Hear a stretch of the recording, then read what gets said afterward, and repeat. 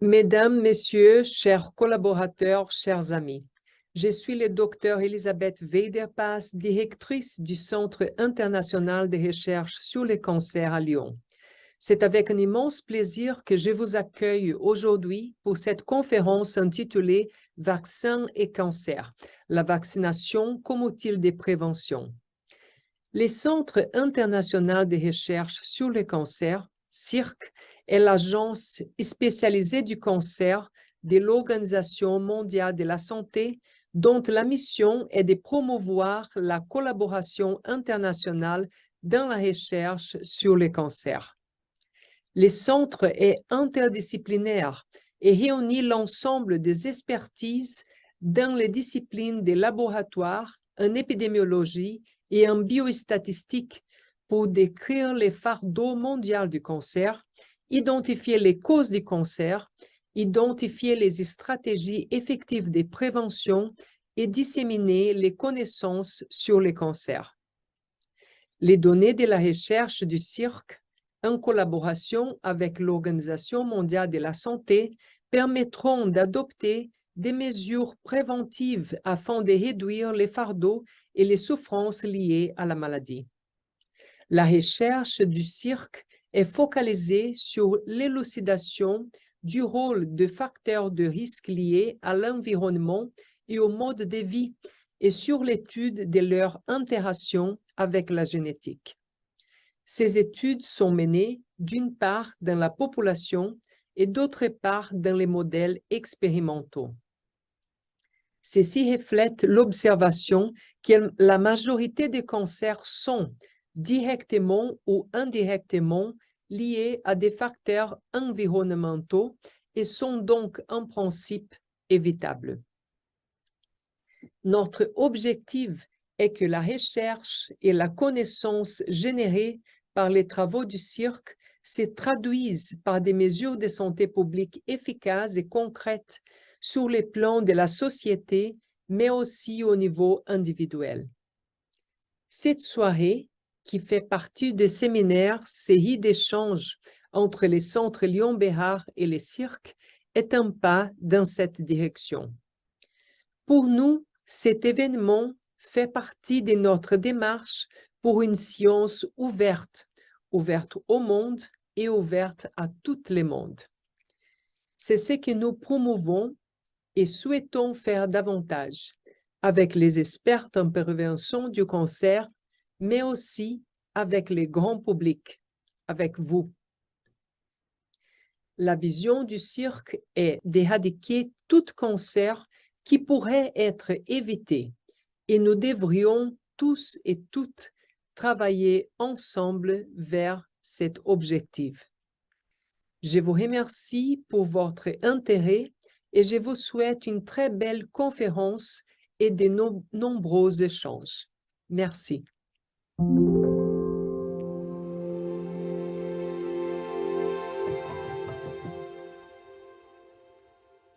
Merci. Mesdames, Messieurs, chers collaborateurs, chers amis. Oula. Je suis le docteur Elisabeth Weiderpass, directrice du Centre international. Arrêtez la vidéo. Merci au docteur Elisabeth Weiderpass pour cette introduction.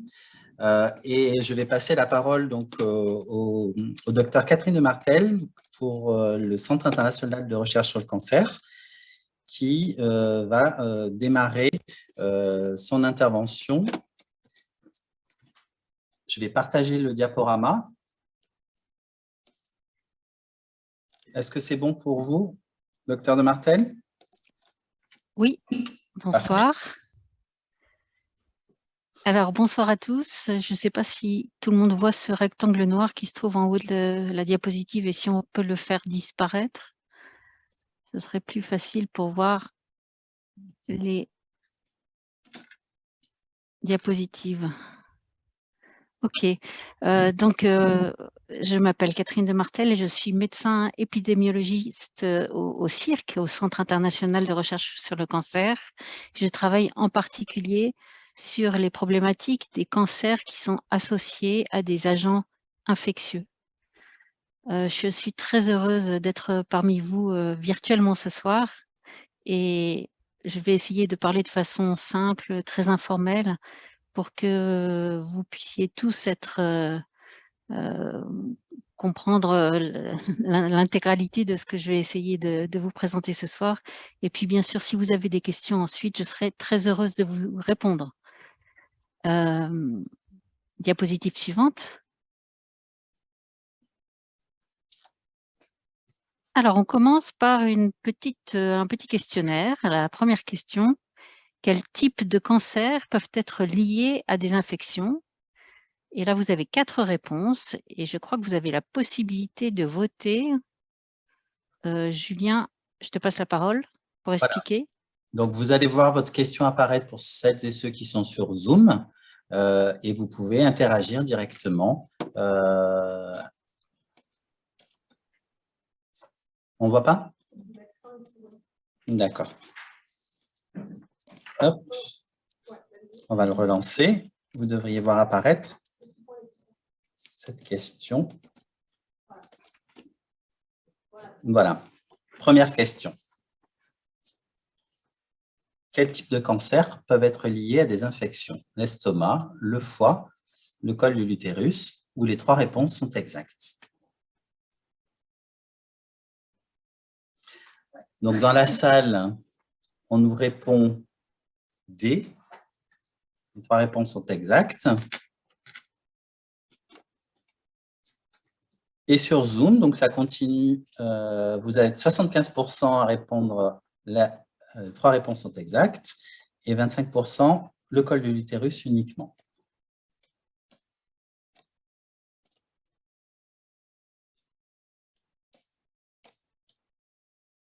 Voilà, Catherine, vous pouvez peut-être commenter ce résultat.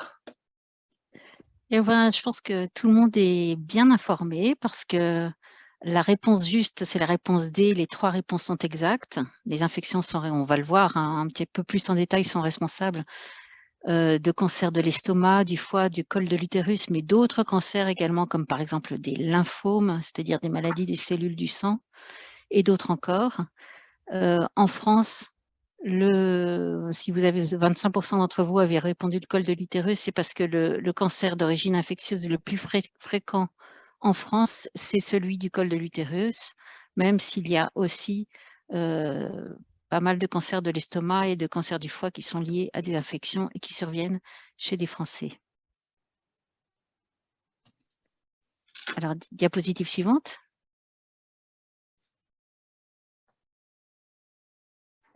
Voilà. C'est un fait que beaucoup de gens dans le grand public, des gens qui sont pas forcément dans le milieu médical, mais même ceux qui sont dans le milieu médical connaissent peu, c'est qu'une douzaine d'agents infectieux ont été identifiés comme étant directement responsables de cancer. Alors, du plus petit agent au plus gros en taille, ce sont les virus qui sont tout petits et qui se trouvent dans le sang. Les bactéries qui sont un petit peu plus grosses et plus indépendantes et capables de se nourrir elles-mêmes. Et puis les parasites qui sont des gros agents infectieux qu'on trouve souvent dans les pays comme l'Afrique ou l'Asie, qu'on trouve beaucoup moins en France. Je vous ai mis en rouge les 4 agents infectieux les plus fréquents quand il s'agit de cancer. Ce sont Helicobacter pylori, que vous voyez en vert à droite, qui est une grosse bactérie qui vit dans l'estomac et qui est donc responsable de cancer de l'estomac. Ce sont les virus de l'hépatite B et de l'hépatite C, et ces tout petites particules là à gauche. Et puis le papillomavirus, qui donc est connu par un bon nombre d'entre vous, puisque vous l'avez tous cité dans votre questionnaire, qui est responsable en particulier du cancer du col de l'utérus, mais on verra qu'il est aussi responsable d'autres types de cancers, chez les filles surtout, mais aussi chez les garçons. Diapositive suivante.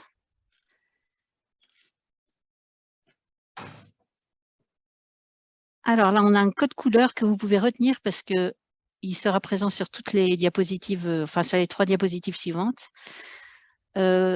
juste pour vous dire que les infections, c'est quand même pas anodin en termes de responsabilité et de cause de cancer, puisque chaque année, le CIRC a estimé que 2,2 millions de cas de cancer dans le monde sont causés par une infection. Alors, presque autant de cancers sont causés par une infection chez les hommes et chez les femmes. 1,1 million pour les femmes et 1,1 million pour les hommes. Simplement, les agents responsables de ces cancers sont différents. Leur répartition est différente chez les femmes et chez les hommes. Alors, en vert, vous avez Helicobacter pylori, dont vous voyez qu'il est responsable de quasiment la moitié des cancers chez les hommes, de cancers, et ce sont surtout les cancers de l'estomac.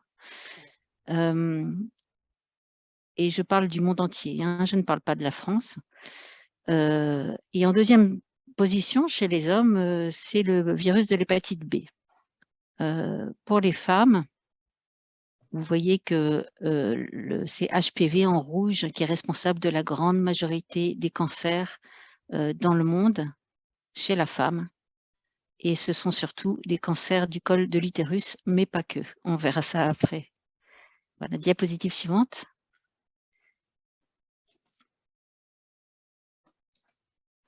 Revoici les 4 agents infectieux les plus fréquemment responsables de cancer dans le monde avec le même code couleur, en vert Helicobacter pylori. Et si vous voyez sur la gauche la petite légende, c'est le taux d'incidence que je vous ai mis, c'est-à-dire le nombre de nouveaux cas de cancer pour 100 000 habitants.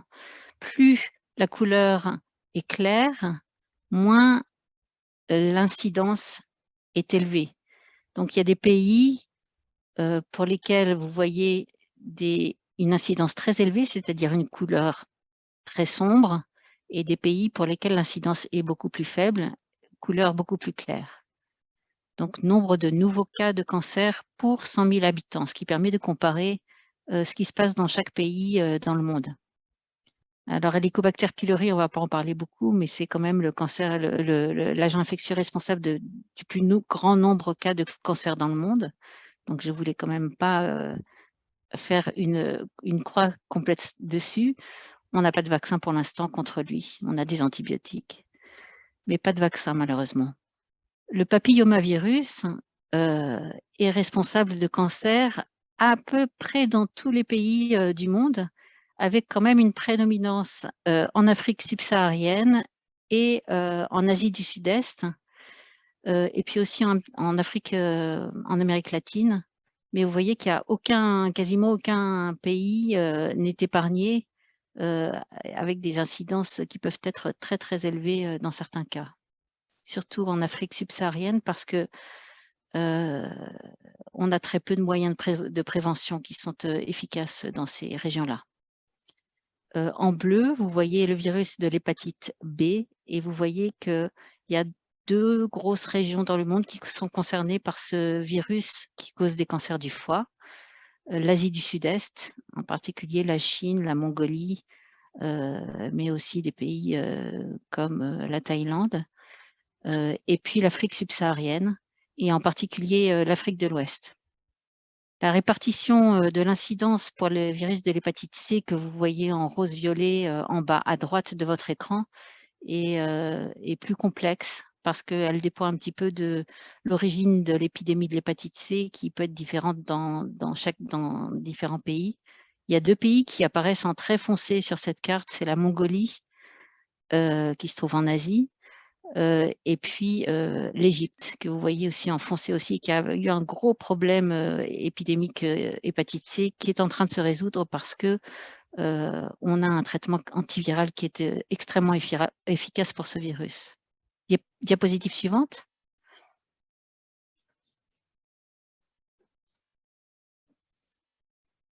Alors, qu'est-ce qu'on voit en France? Alors, même code couleur sur la barre de droite, je vous ai remis les 4 agents infectieux les plus fréquemment responsables de cancer dans le monde, mais ce sont les 4 qui sont aussi les plus fréquemment responsables de cancer en France. Vous voyez sur la droite, on commence par la droite, HPV. Alors, la partie sombre, ce sont les hommes, la partie grise claire, ce sont les femmes, et la partie avec le code couleur, c'est l'ensemble total, hommes plus femmes. Donc, vous voyez qu'en France, le cancer d'origine infectieuse le plus fréquent, c'est celui qui est dû au papillomavirus. Et plus tard, on décrira en détail les types de cancers qui peuvent survenir après une infection HPV qui dure, qui s'est installée durablement dans le col de l'utérus ou à d'autres endroits du corps. Le deuxième, c'est Helicobacter pylori en France, hein, avec plus de 4000 cas par an. En troisième position, on a le virus de l'hépatite C. Et en quatrième position, le virus de l'hépatite B, qui atteint des populations assez particulières, et en particulier des migrants, les homosexuels, les toxicomanes. Et c'est un virus qu'il ne faut pas négliger parce que, à la différence de celui de l'hépatite C, on n'a pas de traitement extrêmement efficace, mais on a un vaccin extrêmement efficace. Et si le nombre de cas d'hépatite B est si faible en France, c'est aussi grâce à l'efficacité de la vaccination. Diapositive suivante. Alors, un petit sondage à nouveau. La question 2. Quels outils de prévention sont à notre disposition contre ces cancers liés à des infections? Et je te laisse la parole, Julien. Voilà, vous allez avoir sur votre écran cette question 2. Contre ces cancers liés à des infections, quels outils de prévention sont à notre disposition? Les vaccins, les traitements antiviraux, les antibiotiques, où toutes les réponses sont exactes.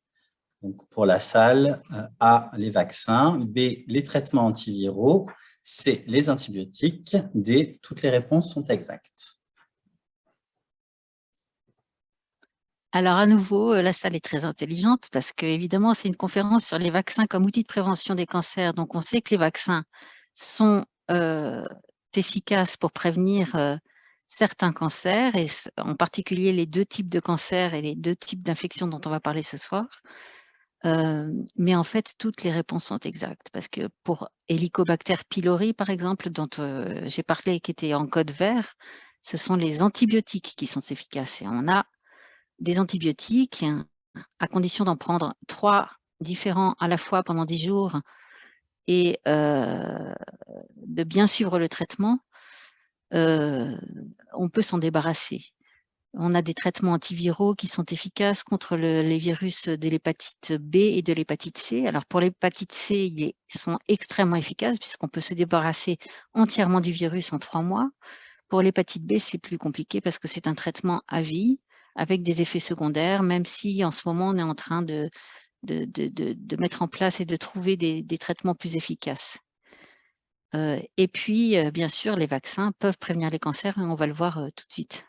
Diapositive suivante.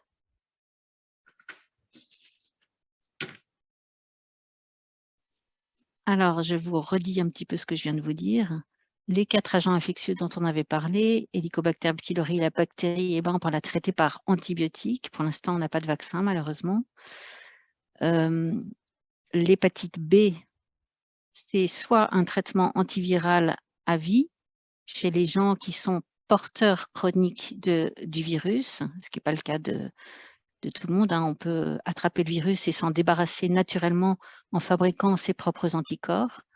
Mais si on n'arrive pas à s'en débarrasser et qu'on devient porteur chronique de l'infection, à ce moment-là, à un certain stade, il faut pouvoir bénéficier d'un traitement antiviral qu'on va garder probablement toute sa vie pour pouvoir prévenir des complications liées à cette infection qui sont en particulier la cirrhose et le cancer. Mais pour le virus de l'hépatite B, on a un vaccin qui est très efficace, qui est vraiment quasiment efficace à 100%, à condition qu'il soit administré à la naissance. Dans les pays en voie de développement, on le propose même dans les 24 premières heures de vie.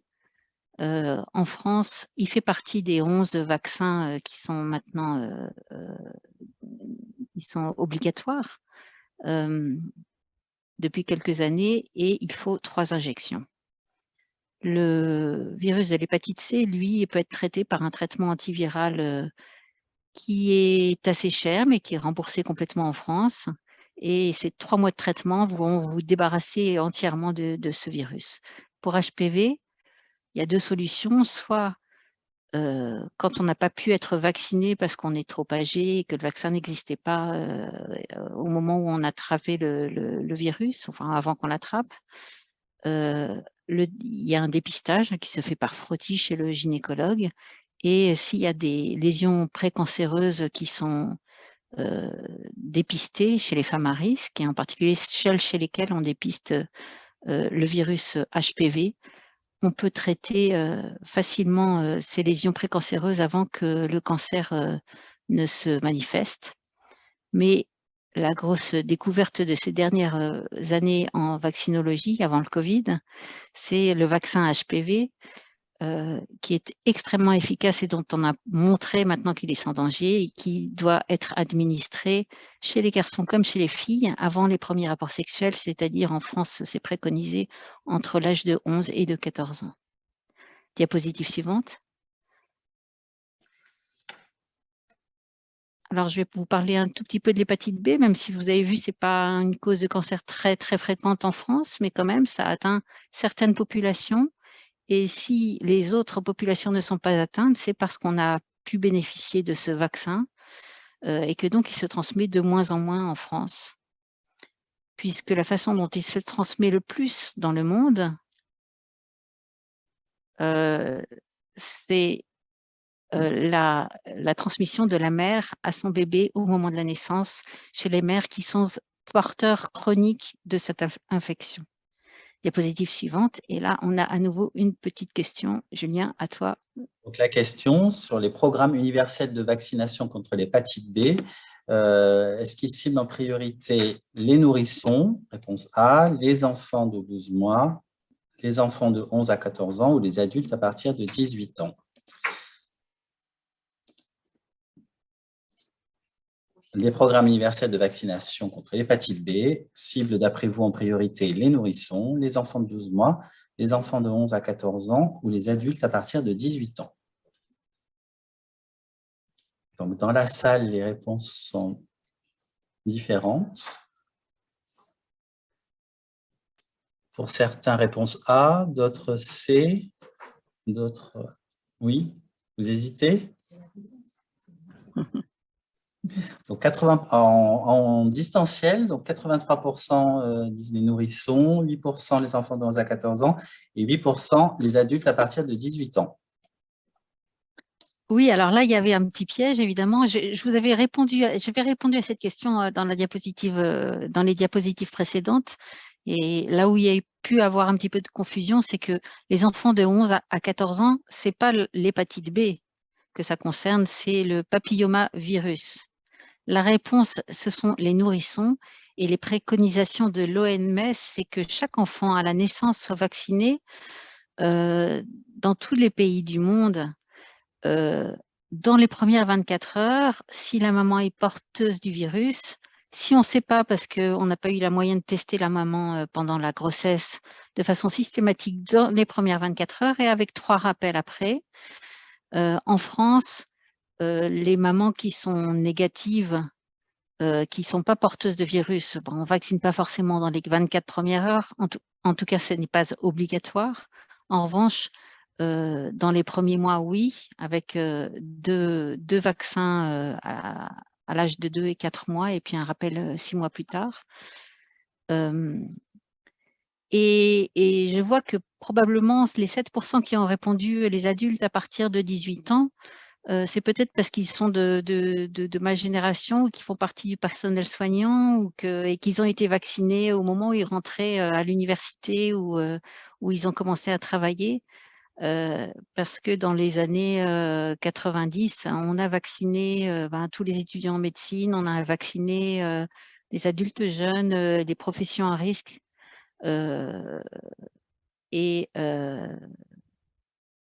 Et voilà. Et donc, d'où vient la confusion? Mais la véritable réponse, c'est la réponse A. C'est au moment de la naissance qu'il faut vacciner les enfants contre l'hépatite B. La diapo suivante. Alors, ça, c'est pour vous expliquer un petit peu que l'hépatite B, c'est un problème majeur de santé publique à l'échelle mondiale. J'espère que je vous l'avais déjà bien intégré en voyant les premières diapos de tout à l'heure. Et on estime à 240 millions le nombre de personnes chroniquement infectées dans le monde. Hein. Pas le nombre de personnes qui ont été en contact avec l'infection, parce qu'il y en a probablement beaucoup plus, mais ceux pour lesquels l'infection est devenue chronique. Les gens sont porteurs chroniques, le virus se développe et se multiplie dans le foie des gens. Et ça, c'est un vrai problème parce que ça peut donner des cirrhoses et des cancers du foie. Et entre 20% et 30% des personnes qui sont chroniquement infectées, qui ont une infection permanente du foie par ce virus, qui n'ont pas pu s'en débarrasser ou qui ne sont pas traitées, vont développer des complications. Et quand on ajoute les complications par cirrhose et celles par cancer du foie, on arrive à 650 personnes qui vont mourir chaque année de ces complications. Diapositive suivante.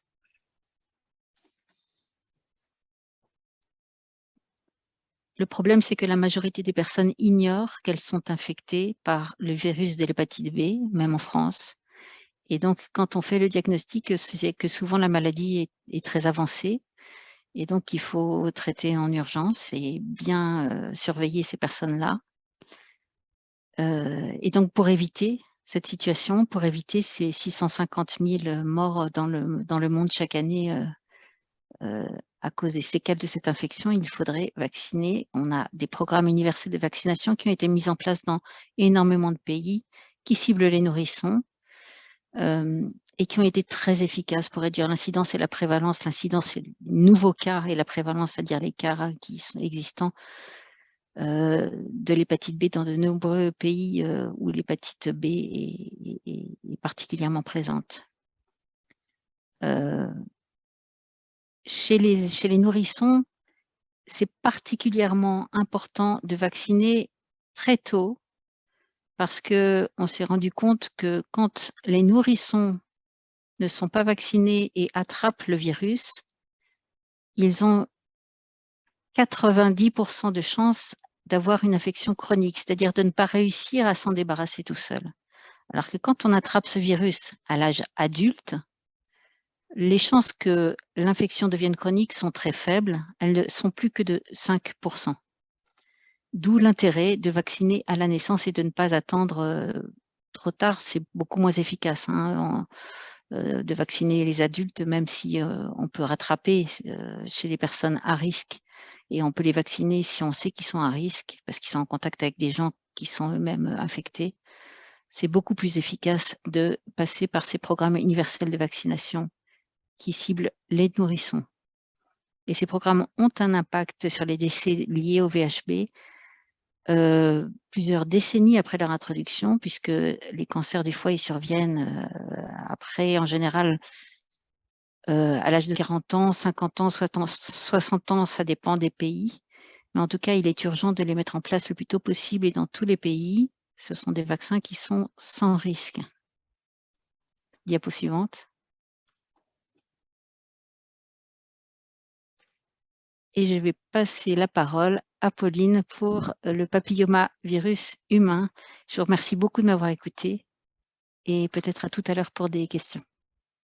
Merci beaucoup, Dr Catherine de Martel, pour cet exposé très clair. Et puis, il y a des petites questions, donc on pourra alimenter la discussion tout à l'heure, une fois que Dr Pauline Vidican aura fait sa présentation. Pauline, je te laisse la parole.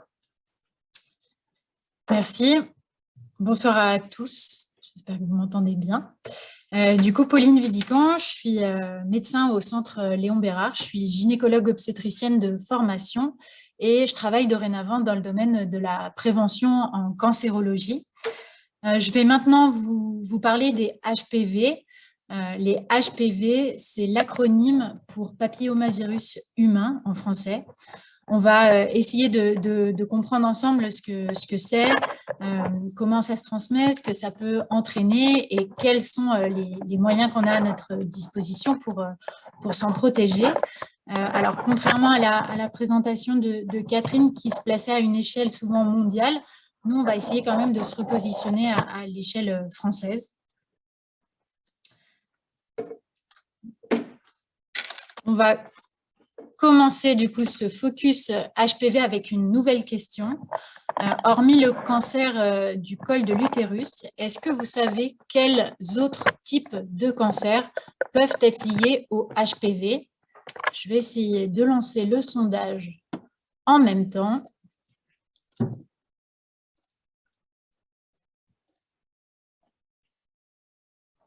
Voilà, donc vous devez pouvoir répondre.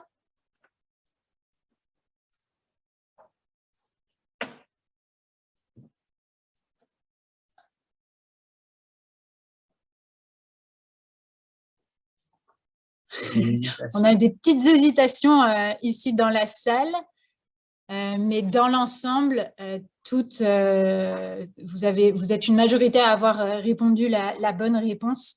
Donc, c'est effectivement la réponse D. Toutes les réponses sont exactes. C'est vrai que, hop, je suis désolée, hop, voilà, je passe à la suivante.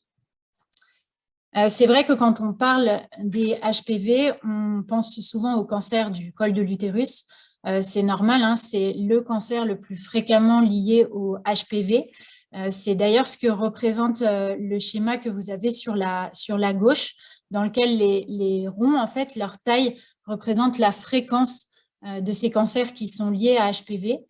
Maintenant, on sait, hommes et femmes confondus, que les cancers liés à HPV, enfin que les HPV sont en cause dans 8 localisations différentes de cancers. En ce qui concerne les femmes, par ordre de fréquence, on va avoir le col de l'utérus, la vulve, le vagin, l'anus, la gorge, le vagin, mais aussi la cavité orale, la bouche. Et pour ce qui est des hommes, par ordre de fréquence, on va avoir la gorge avec à la fois l'oropharynx et le larynx, l'anus, le pénis et la cavité orale. Au total, c'est 6300 cas de cancer qui sont liés au HPV chaque année en France et un quart de ces cancers concernent les hommes. Pour ce qui est des HPV, dont une très grande pour ce qui est du cancer du col de l'utérus, pour lequel une très grande majorité sont liées au HPV, il y a quand même plus de 1400 femmes qui en décèdent chaque année en France. Le risque maximal de développer un cancer du col de l'utérus, c'est autour de 45-49 ans, ce qui est relativement jeune. On passe à la question suivante. Est-ce que vous savez quelles autres maladies, hormis les cancers, peuvent être liées au HPV? Est-ce qu'il y a des verrues plantaires, des condylomes, ce sont des verrues génitales, des lésions précancéreuses? Les 3 réponses sont exactes. Je vous lance tout de suite le sondage.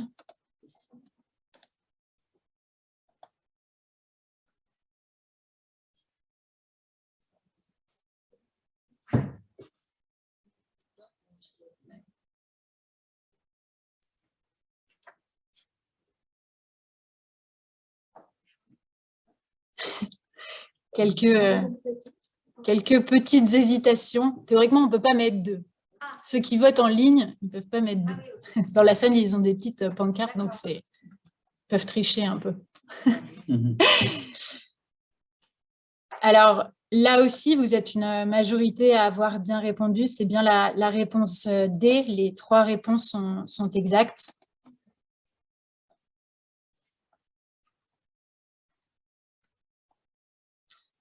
Donc, les HPV, ce sont des virus que l'on retrouve dans l'espèce humaine.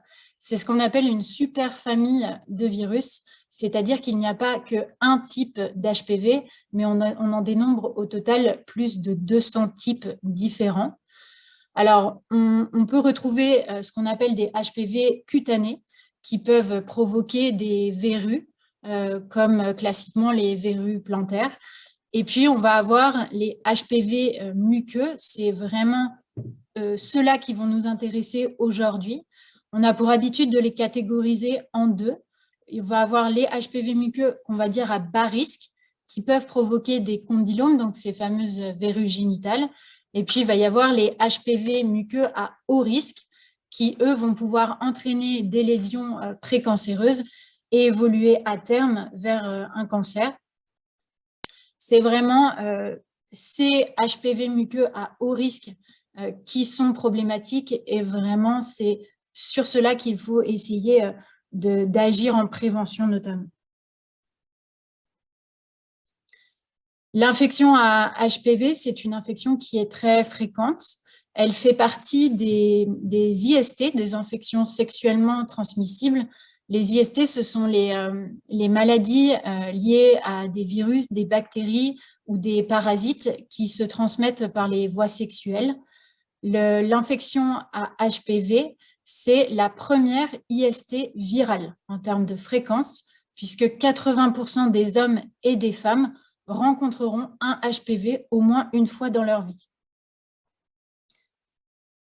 C'est une infection qui est très répandue, notamment dans les années qui suivent les premières relations sexuelles.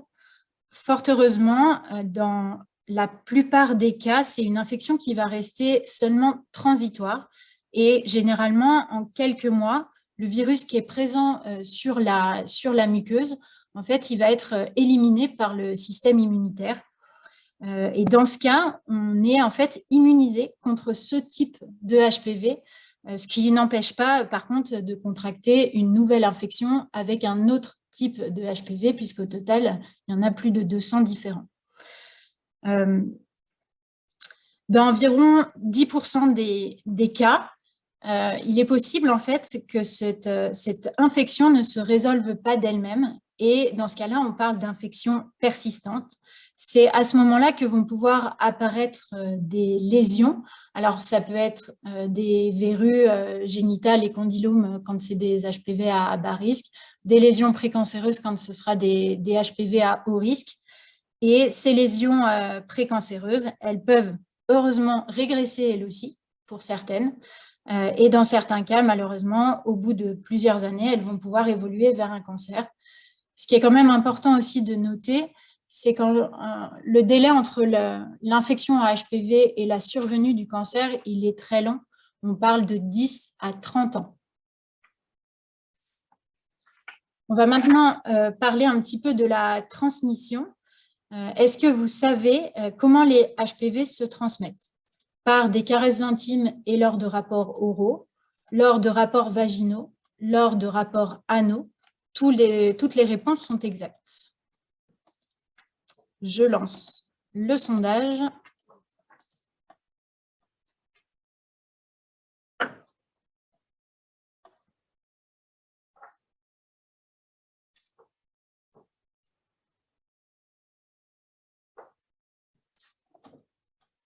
Eh bien, c'est parfait. C'est un sans faute, que ce soit ici ou en distanciel. Vous avez tous bien répondu. Donc, toutes les réponses sont exactes. Donc, vraiment, il est important de noter que les HPV, ils peuvent se transmettre par simple contact avec les parties génitales. Les muqueuses sont généralement des zones de transition entre l'extérieur et l'intérieur du corps. C'est par exemple le cas de la bouche, du col de l'utérus, du pénis. Elles représentent donc en fait des zones de fragilité sur lesquelles les HPV vont venir se déposer par contact. Le préservatif ne protège pas à 100% contre les HPV, mais c'est bien sûr indispensable de l'utiliser pour se protéger des autres infections sexuellement transmissibles. Pour illustrer un petit peu tout ce que nous avons évoqué jusqu'à maintenant, voici à quoi ressemble, donc sur la photo que vous avez en haut à droite, ce sont ce qu'on appelle les condylomes, donc des verrues au niveau de la muqueuse génitale. Concernant les lésions dues au HPV au niveau du col de l'utérus, elles ne sont pas visibles. Si vous regardez le schéma en haut à gauche qui représente l'appareil génital féminin avec l'utérus au milieu, les ovaires sur les côtés, le vagin en bas. quand on se focalise sur le col de l'utérus, c'est l'image du dessous qui est zoomée, on voit bien en fait que le col, il fait la transition entre le corps de l'utérus et le vagin. Si vous regardez maintenant le schéma qui est à droite en bas, au niveau en fait de la muqueuse, on a ce qu'on appelle une zone de jonction. À gauche de cette zone de jonction, le revêtement il va vers l'intérieur de l'utérus et à droite, il va vers l'extérieur, vers le vagin. C'est vraiment à cet endroit, au niveau de cette zone de jonction, que le virus va préférentiellement se déposer et pénétrer plus profondément dans la muqueuse. Quand vous regardez l'image en bas au milieu, c'est ce que voit le gynécologue quand il examine une dame. Et en fait, ces lésions dont on parle, elles ne sont pas visibles. Ça, c'est l'aspect d'un col normal et possiblement infecté par un HPV. On va maintenant passer à la dernière question qui concerne donc la vaccination contre les HPV. Est-ce que vous savez à qui elle s'adresse? Normalement, ça devrait être là aussi, on s'en faute. On en a déjà un peu parlé. Donc, à tout le monde, à n'importe quel âge, les filles et les garçons de 11 à 14 ans, seulement les jeunes filles, les jeunes qui ont commencé leur vie sexuelle. Je vous lance le sondage.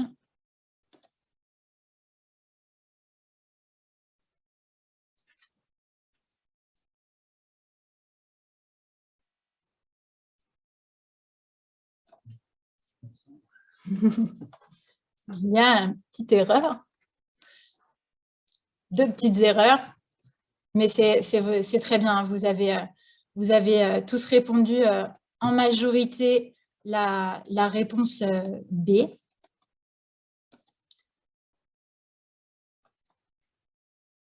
Alors, c'est normal hein, qu'il y ait quand même des hésitations, hein, que les réponses soient un petit peu plus divisées sur cette question de la vaccination. La vaccination, c'est quelque chose qui évolue. Et en l'occurrence, pour le HPV, ça a évolué récemment. Donc, les recommandations, voilà ce qu'elles disent. Il est recommandé de vacciner les garçons et les filles de 11 à 14 ans en suivant le schéma de 2 doses espacées de 6 à 13 mois. Cet âge précoce, on l'a dit, c'est parce que le vaccin sera d'autant plus efficace que les jeunes filles et les jeunes garçons n'auront pas encore été exposés au HPV. Il est néanmoins possible de réaliser un rattrapage jusqu'à l'âge de 19 ans révolu, donc ça veut dire jusqu'à l'âge des 20 ans, la veille des 20 ans, et jusqu'à 26 ans pour les hommes ayant des relations sexuelles avec les hommes. Dans ce cas-là, on passe sur un schéma vaccinal avec 3 injections.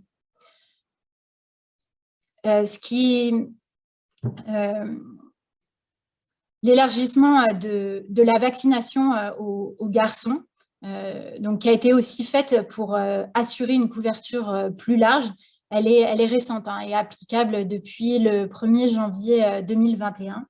On sait maintenant que c'est un vaccin qui est efficace et sûr, avec plus de 50 millions de vaccinés dans le monde.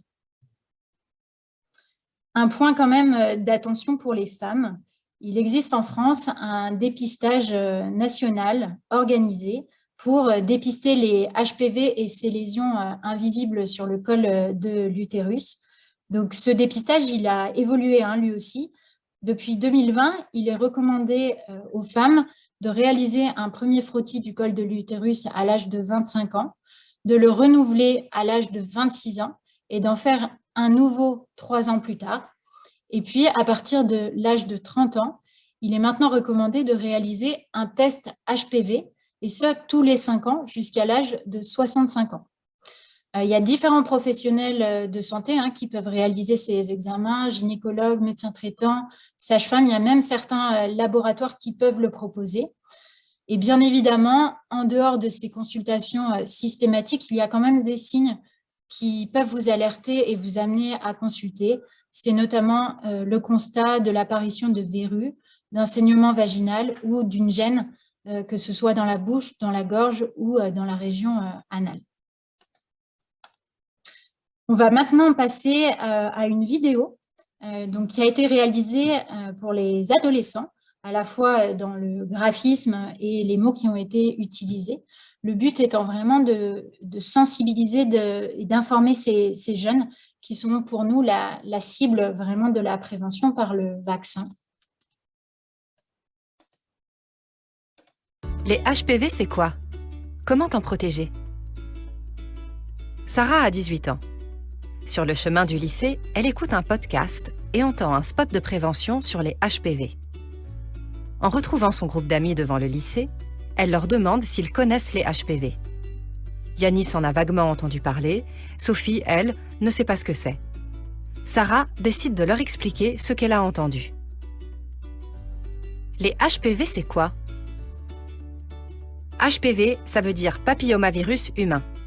C'est une famille de virus qui infecte la peau et les muqueuses. Apparemment, il en existe plus de 200 types plus ou moins à risque. Et comment ça se transmet? Les HPV se transmettent lors des relations sexuelles, par contact des muqueuses ou de la peau. Tout le monde peut être exposé à une infection HPV, quelles que soient ses préférences sexuelles. Au cours de ta vie, tu as une probabilité de 80% de rencontrer un HPV. C'est une des infections sexuellement transmissibles les plus fréquentes. Tu te rends compte? Et si tu es infecté, qu'est-ce qu'il se passe? Le problème quand tu es infecté, c'est que tu ne t'en rends pas forcément compte. Tu n'as ni maladie ni symptômes. Mais rassure-toi, la plupart du temps, le système immunitaire permet de les éliminer naturellement dans les 2 ans. Mais par contre, dans 10% des cas, le virus reste dans ton corps. Et c'est là que ça se complique. À court terme, certains HPV peuvent entraîner des verrues génitales très contagieuses. Et d'autres, à long terme, peuvent persister et évoluer en lésions précancéreuses. Si ces lésions ne sont pas traitées, elles peuvent évoluer en cancer au bout de 10 à 15 ans. Les HPV peuvent ainsi être responsables de plusieurs cancers: col de l'utérus, anus, gorge et bouche. Que peux-tu faire contre les HPV? Eh bien, le problème, c'est qu'il n'y a pas de traitement pour cette infection, mais tu peux quand même t'en protéger. Avec la vaccination?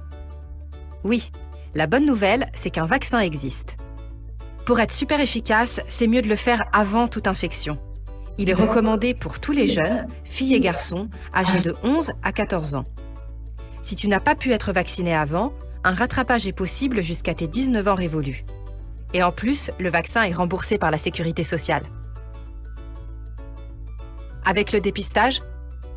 Pour prévenir les cancers du col de l'utérus, nous, les femmes, entre 25 et 65 ans, on peut se faire dépister à intervalles réguliers par frottis ou test HPV. Si des anomalies sont détectées, ce n'est pas forcément un cancer. Un médecin ou une sage-femme peut prescrire alors des examens complémentaires. Avec le préservatif? Et non, même en se protégeant avec un préservatif, tu peux le transmettre. Ce n'est pas pour autant que tu dois arrêter de te protéger, hein, car le préservatif protège des autres infections sexuellement transmissibles comme le VIH. En résumé, l'exposition au virus HPV concerne tout le monde. Les HPV sont très contagieux. Ils peuvent provoquer des verrues génitales et des cancers. Le préservatif ne protège pas à 100%. En te faisant vacciner, tu te protèges et tu protèges les autres. Alors, n'hésite pas à en parler à tes parents, à ton médecin ou dans un centre de dépistage gratuit autour de chez toi.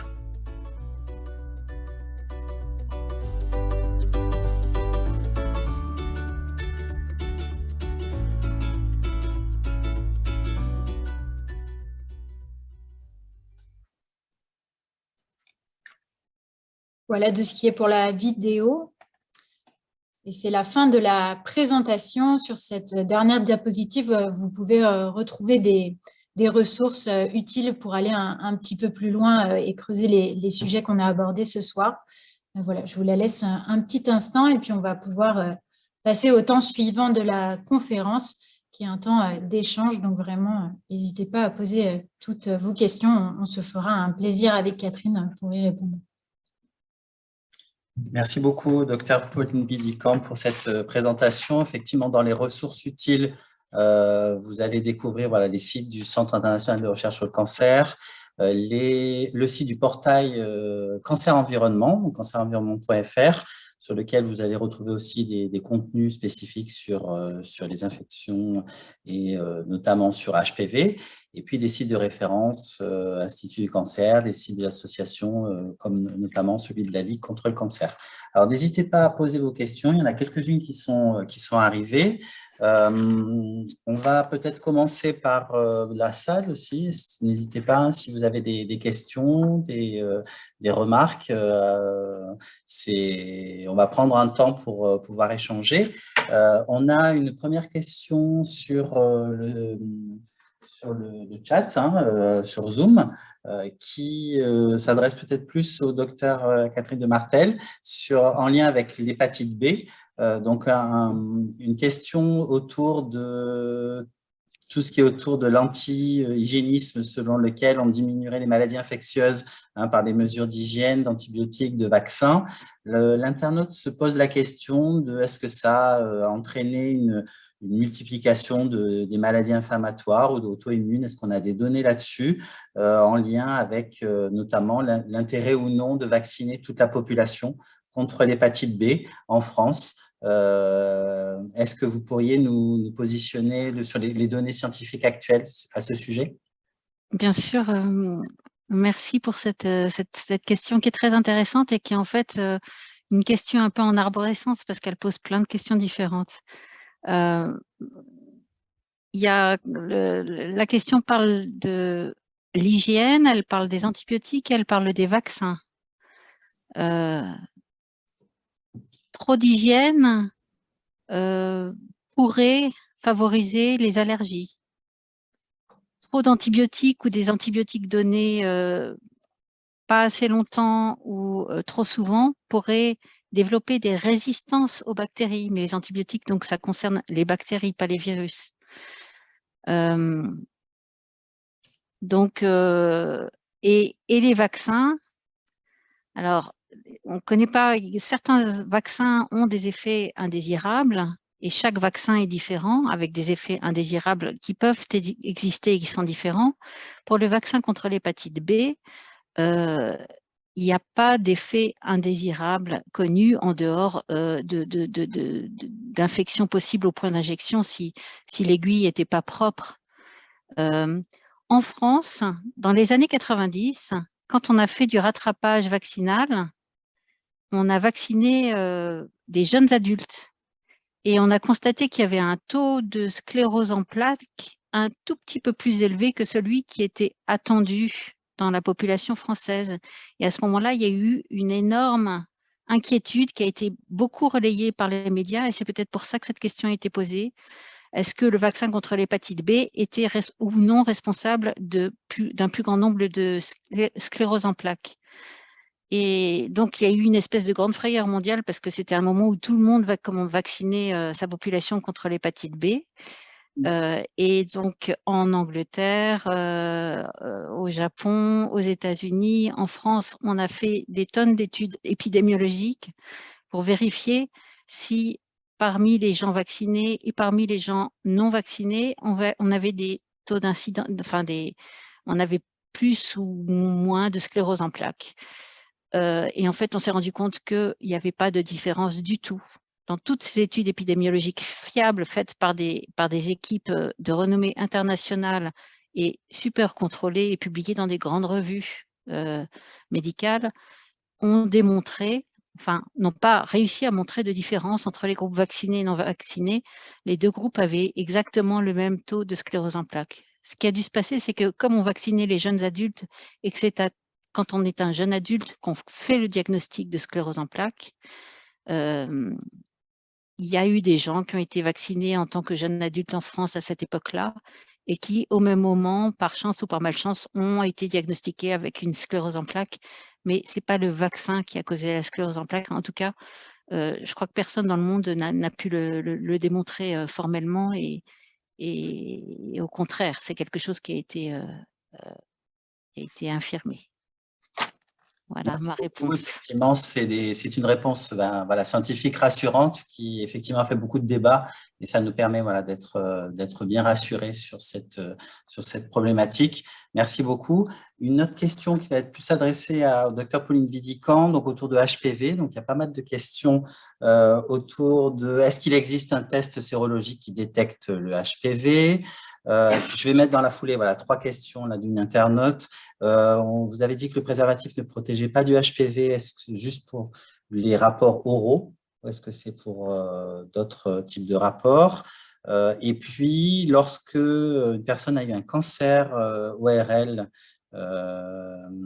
HPV, est-ce qu'il y a la vaccination qui est recommandée ou pas pour le patient et pour son épouse? Est-ce qu'il y a une recommandation particulière vis-à-vis de la vaccination lorsqu'on a eu un cancer et aussi pour le partenaire? Alors, merci pour toutes ces questions. Alors, concernant la première question sur le test sérologique, le HPV, les HPV restent en fait au niveau muqueux. Ils ne passent pas dans le sang. Du coup, s'il s'agit d'un test sérologique au niveau sanguin, non, ça n'existe pas parce que ça n'a pas de sens. Par contre, je sais que quand les tests pour détecter du HPV au niveau muqueux ont été développés, il y en a certains qui peuvent s'apparenter à des tests sérologiques dans le sens où ils recherchaient vraiment des immunoglobulines, des anticorps au niveau du prélèvement qui avait été réalisé au niveau de la muqueuse. Voilà pour ce qui est de la question sur les tests sérologiques. La question suivante, c'était sur les préservatifs. Les préservatifs ne protègent pas à 100% des HPV. Ce n'est pas un problème de perméabilité des préservatifs au HPV.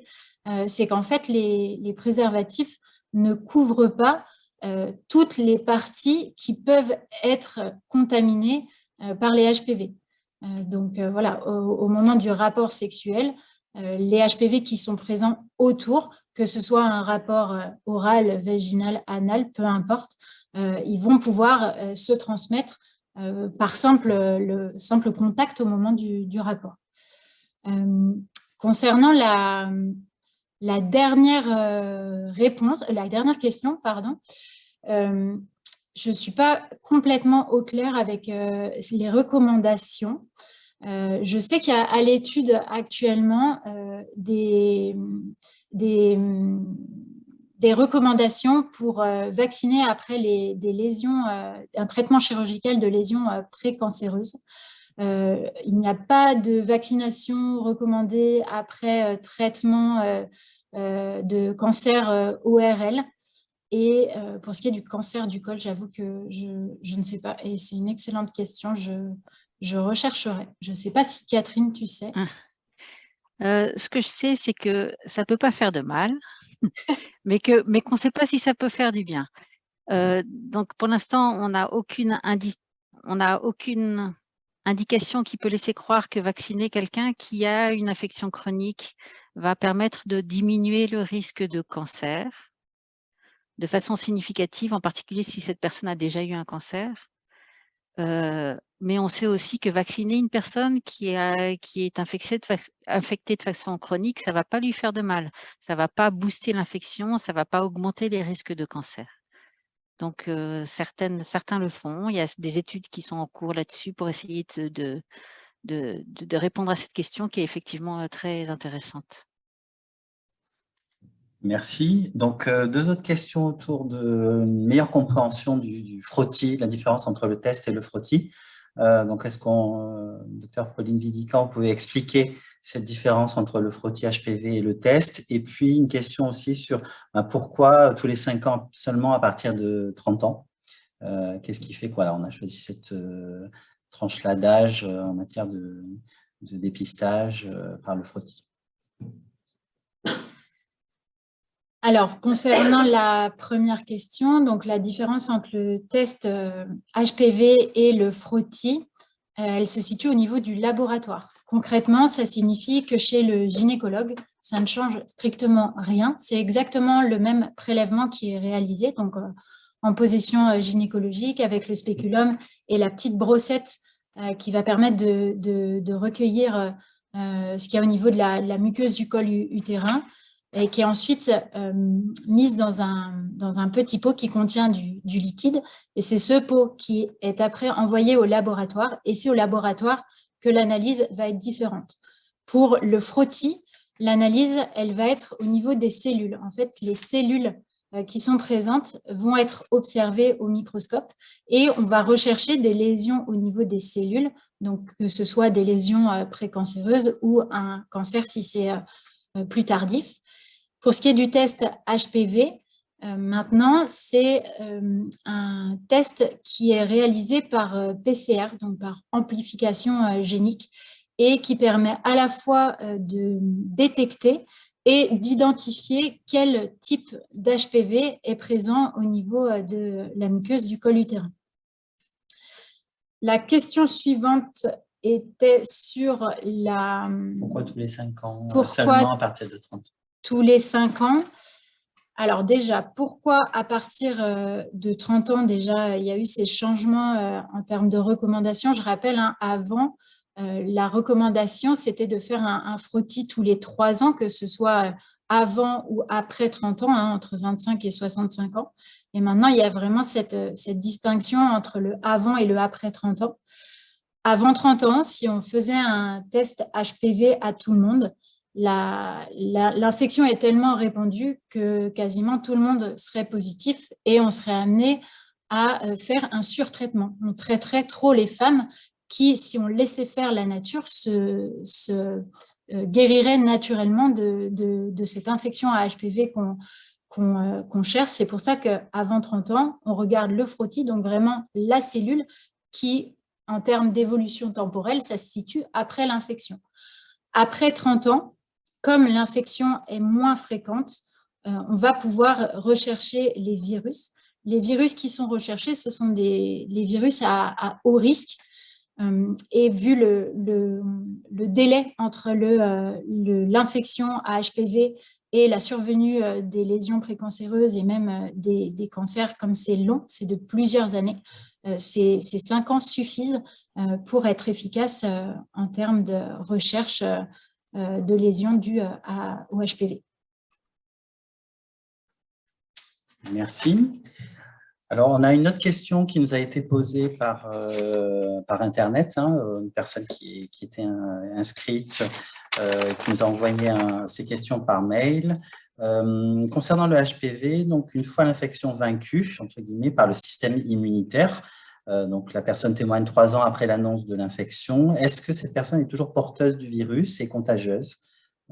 Est-ce que vous pouvez clarifier cette question? Et puis, dans un deuxième temps, une autre question qui sera posée par la même personne. Alors,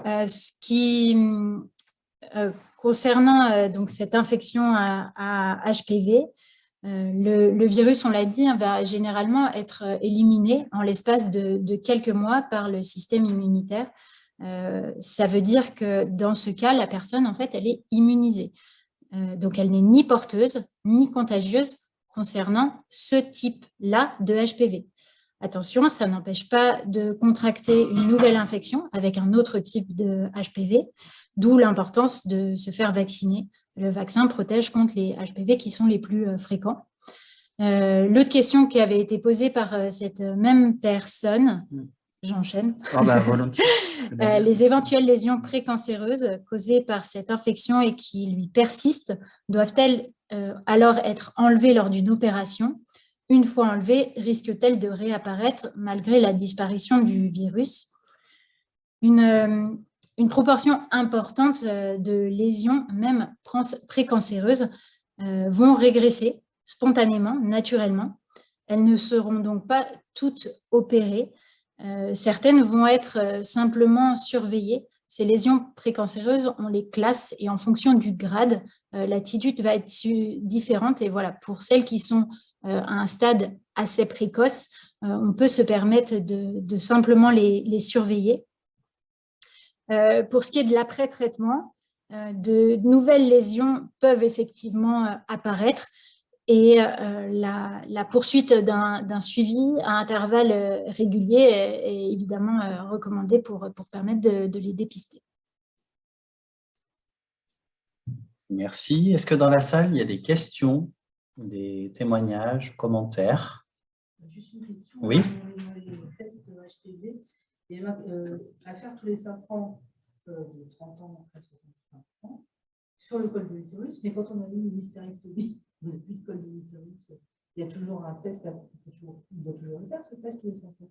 Alors, je vais juste répéter la question. Quand on a une hystérectomie, est-ce qu'on doit faire aussi ce même test?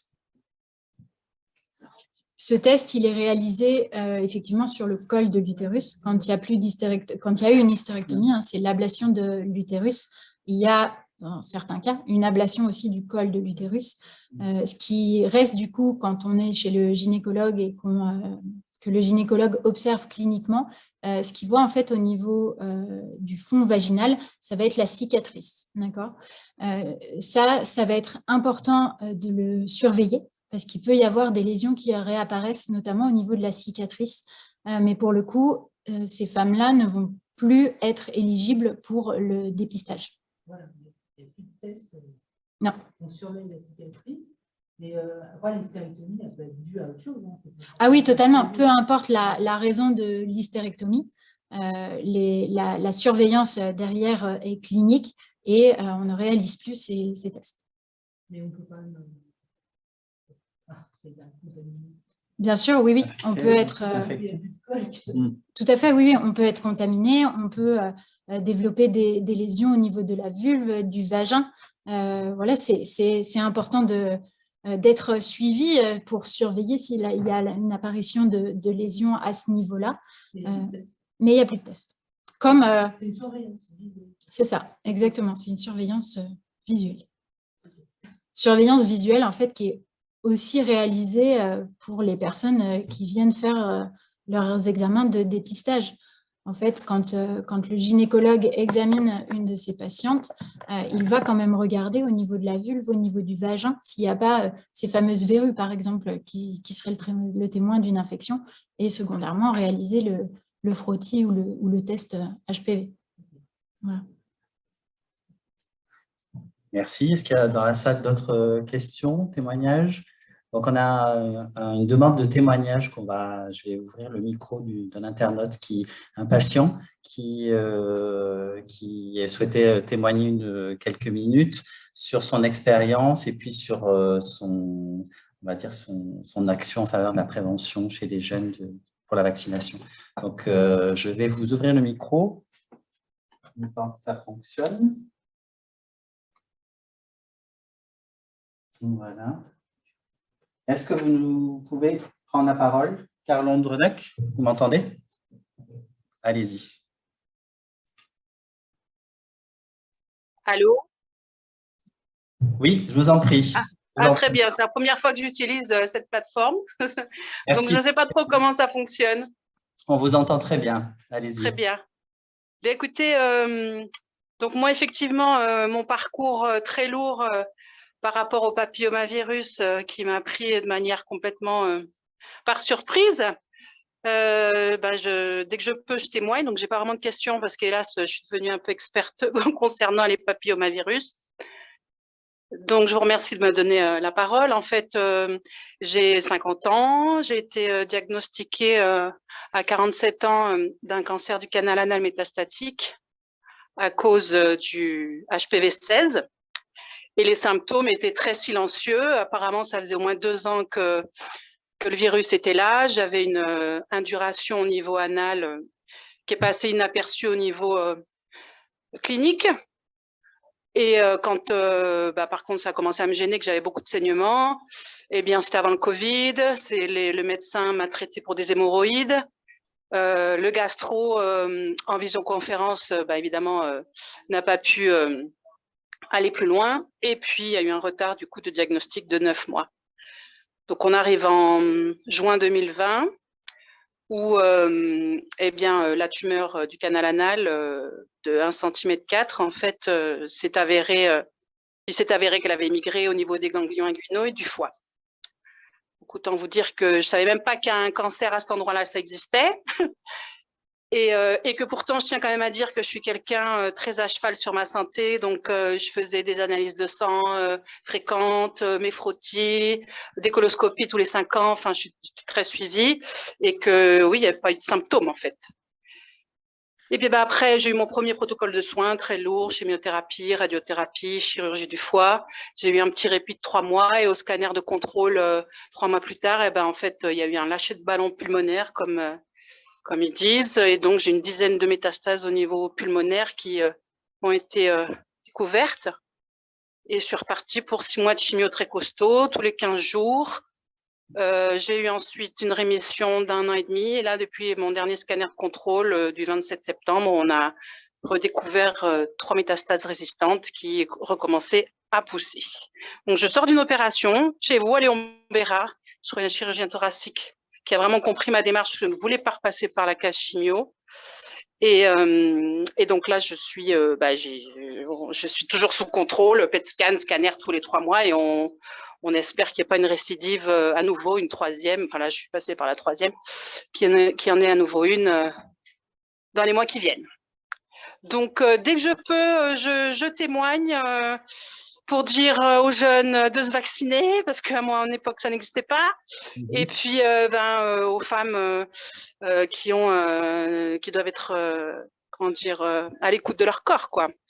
Hein, des saignements anormaux ou une induration à ce niveau-là, faut pas prendre ça à la légère. Et puis, peut-être aller plus loin, inciter les médecins aussi généralistes à nous envoyer vers des gastros, des spécialistes. Mais voilà, quoi, c'est assez traître. Et puis, surtout que quand ça reste localisé, c'est vraiment guérissable. Par contre, quand ça devient des métastatiques, là, c'est une autre affaire. Donc, c'est un peu jouer au chat à la souris, être en mode survie tout le temps et gagner du temps, quoi. Donc, voilà, c'était le témoignage que j'avais envie d'apporter. Et pour cela, j'ai mené, je vous dis, pas des mini-conférences, mais enfin, dès que je peux, je prends la parole. Et puis, j'ai créé des blogs, une chaîne YouTube, etc. Écoutez, merci beaucoup pour ce témoignage et où vous rappelez effectivement l'importance des signes qui peuvent amener à un moment donné à un suivi, et puis de relater aussi cette situation que beaucoup de patients ont vécue pendant la période de Covid, oui. qui amène effectivement des retards au diagnostic et qui est un vrai constat qui est fait sur la cancérologie et sur d'autres maladies graves. Donc, merci beaucoup pour ce témoignage, et on vous retrouve aussi sur des blogs, hein, c'est ça, où vous partagez votre expérience. C'est très précieux. Merci beaucoup d'être là, de témoigner de votre résilience face à tout ça, et de votre envie de partager aussi la prévention, le prendre soin de soi, voilà, à tout moment, avant, pendant, après la maladie. Merci beaucoup. Voilà, c'est ça. Merci beaucoup. Merci à vous. Au revoir. Merci. Pauline, un petit mot. Peut-être on va laisser à la fois Pauline et Catherine de Martel conclure, puisqu'on arrive déjà à la fin de cette conférence. La parole est à vous. Merci. Avant de conclure, déjà vraiment, merci beaucoup pour ce témoignage. C'est vraiment important d'avoir ce retour, ce vécu. On vous souhaite évidemment énormément de courage pour faire face à tout ce qui vous arrive. J'en profite pour éclaircir un point qui fait souvent l'objet de questions, à savoir qu'en est-il en fait du dépistage pour les autres localisations ou pour les hommes. C'est vrai qu'à ce jour, il n'y a pas de dépistage en dehors de celui du col de l'utérus. Pour qu'une maladie elle soit éligible à un dépistage, elle doit remplir un certain nombre de critères, comme la fréquence. Avec les HPV, il y a quand même une moindre fréquence des autres types de cancers. Évidemment, ils existent, on en a longuement parlé, vous en avez témoigné. Et il faut aussi que le test de dépistage qu'on propose, il soit à la fois simple à réaliser et accepté par la population. Vous imaginez bien que ce n'est pas aussi simple d'aller réaliser un frottis, un prélèvement au fin fond de la gorge ou au niveau du canal anal qu'au niveau, pour le coup, du col de l'utérus. Donc, vraiment, ça souligne l'importance des symptômes. Si vous avez des symptômes, quels qu'ils soient, vraiment, n'hésitez pas à consulter. Et puis, pour ceux qui sont éligibles à la vaccination, le vaccin qui est proposé maintenant, il protège contre 90% des HPV responsables des cancers du col et 85% des cancers de l'anus. Donc, vraiment, c'est un outil véritable de prévention des cancers. Catherine, un petit mot. Merci Pauline pour ces précisions. Je suis aussi tout à fait d'accord. C'est même probablement plus, parce qu'on sous-estime peut-être, en particulier pour l'anus, c'est vraiment l'HPV-16 qui est responsable de la plupart des cancers de l'anus. Et donc, être vacciné, quel que soit le vaccin, que ce soit le vaccin avec 4 souches ou avec 11 souches, non, 9 souches, on est protégé de façon très, très, très correcte contre la plupart de ces cancers, une très grande majorité de ces cancers. Ce que je voulais dire, moi, c'est que la recherche, elle est en évolution permanente. Donc, en ce moment, les recommandations françaises, elles sont ce qu'elles sont et elles sont vraiment au top du top de ce qu'on connaît, mais elles vont probablement évoluer dans les années qui viennent parce que c'est un domaine où il y a tellement de gens qui font de la recherche dans le monde que les recommandations et les données scientifiques évoluent, elles sont de plus en plus précises, de plus en plus utiles. Par exemple, il est possible que dans quelques années, on recommande une seule injection du vaccin HPV, parce qu'on pense que ça peut suffire à protéger la plupart des femmes. Alors peut-être pas tout de suite en France, mais voilà, c'est des recommandations qui évoluent. Et la deuxième chose que je voulais dire, c'est que vraiment, si vous êtes là, c'est que vous êtes déjà convaincus, mais ces 2 vaccins en particulier, maintenant, on a quand même beaucoup de recul pour le vaccin contre l'hépatite B et on a tellement de gens qui ont été vaccinés dans le monde entier contre le papillomavirus, on sait qu'il y a très, très, très peu d'effets indésirables et même probablement pas du tout. Donc, il ne faut pas avoir peur de vacciner ses enfants, de vacciner son bébé, de vacciner ses ados contre ces 2 virus. L'efficacité est immense, elle est vraiment de plus de 90% dans les 2 cas. Et donc, les effets en termes de prévention sont phénoménaux à l'échelle mondiale. Voilà ce que je voulais dire. Merci. Merci beaucoup. Il me reste à remercier donc, le docteur de Martel et le docteur Vidican pour leur présentation très claire, les interactions et les réponses avec le public. Merci d'avoir participé sur place au centre et puis à distance pour vos questions et vos témoignages. Merci donc au cirque, au centre Léon Bérard et qui est soutenu par le Conseil régional Auvergne-Rhône-Alpes sur toutes ces actions d'information du public.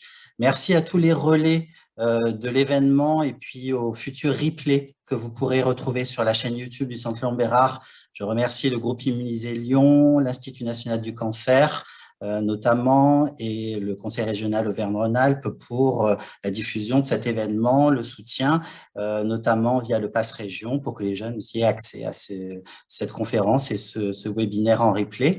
Que vous retrouvez sur la chaîne YouTube du Centre Léon Bérard d'ici quelques jours. Vous retrouvez les actualités sur notre site cancerenvironnement.fr, notamment pour poursuivre les échanges sur une autre thématique au premier trimestre 2023 avec le cirque dans la 6e série d'échanges pourrait suivre l'année prochaine qui aura lieu dans le nouveau centre au cirque au premier trimestre 2023. Merci à tous, très bonne soirée et à très bientôt. Au revoir. Merci.